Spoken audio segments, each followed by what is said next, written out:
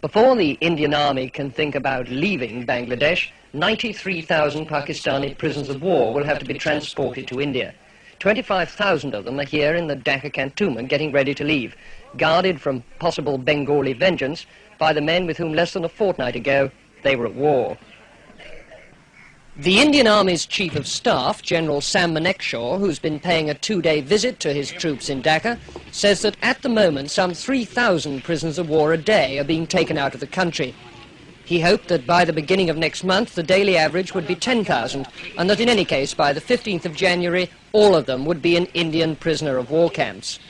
By that date too, the General said, he would have reduced Indian armed forces here by 25,000. But they still can't all go home.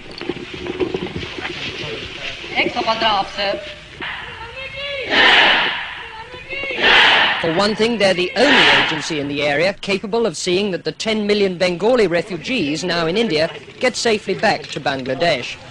For another, Indian soldiers, no matter how much the Indian government likes to play this down, are the only people capable of keeping law and order here and protecting minority groups from Bengali retribution. In addition, the army is safeguarding the lives of those Bengalis who ran the civil administration for Pakistan. The Bangladesh government is setting up a war crimes tribunal to try Dr. Malik and his colleagues. Will the Indian Army be told by Delhi to hand them over? I asked Mr. D.P. Dar, Mrs. Gandhi's special envoy to Bangladesh. We are on the horns of a dilemma, I must admit to you. On the one hand, we do not want to do anything which is against the norms of international behavior.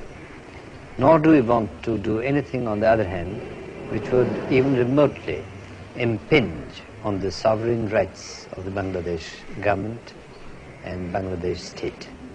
What does that mean in practice? Are you going to hand people over to a war crimes tribunal or not? That means, for the time being, that the position is being legally examined. As any victorious army would be, Indian armed forces are now deeply involved for the foreseeable future in the way this new country is going to develop. Richard Lindley, News at 10, Dhaka. The train is on its way to the river port of Narayanganj, a dozen miles away. The operation began long before dawn. At the cantonment siding, Brigadier H.S. Clare supervised the loading of the train. Like all Indian commanders, he'll be glad when these POWs have all been safely moved across the border.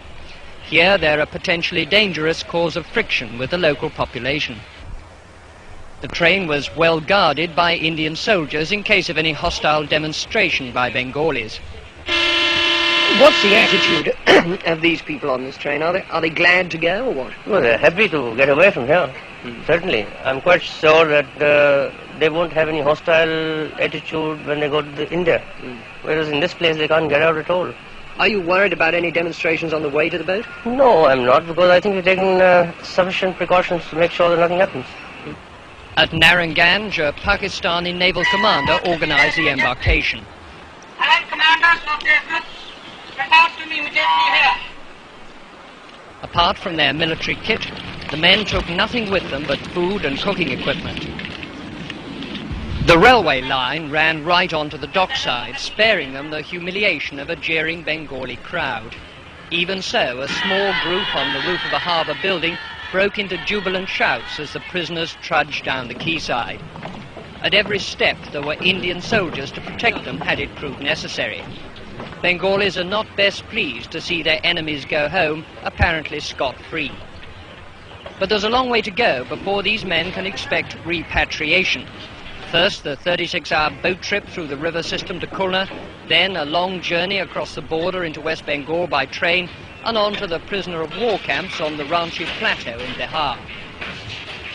With the men go their families and the civilian employees of the Pakistan Army. But there's no indication yet that other West Pakistani civilians, like the police chief or even the staff of Pakistan International Airways, are going to be moved. For the moment, the emphasis is on getting the soldiers out before their presence here causes trouble. And because many are still being brought into Dhaka from outlying areas, there are now 33,000 people to be shipped down the river. For those Bengalis cheering on the roof there, it's another day to savour the sweet taste of victory. For these prisoners of war, the bitterness of defeat. What lies ahead of these men is nothing but a tedious journey and the boredom of prison camp routine.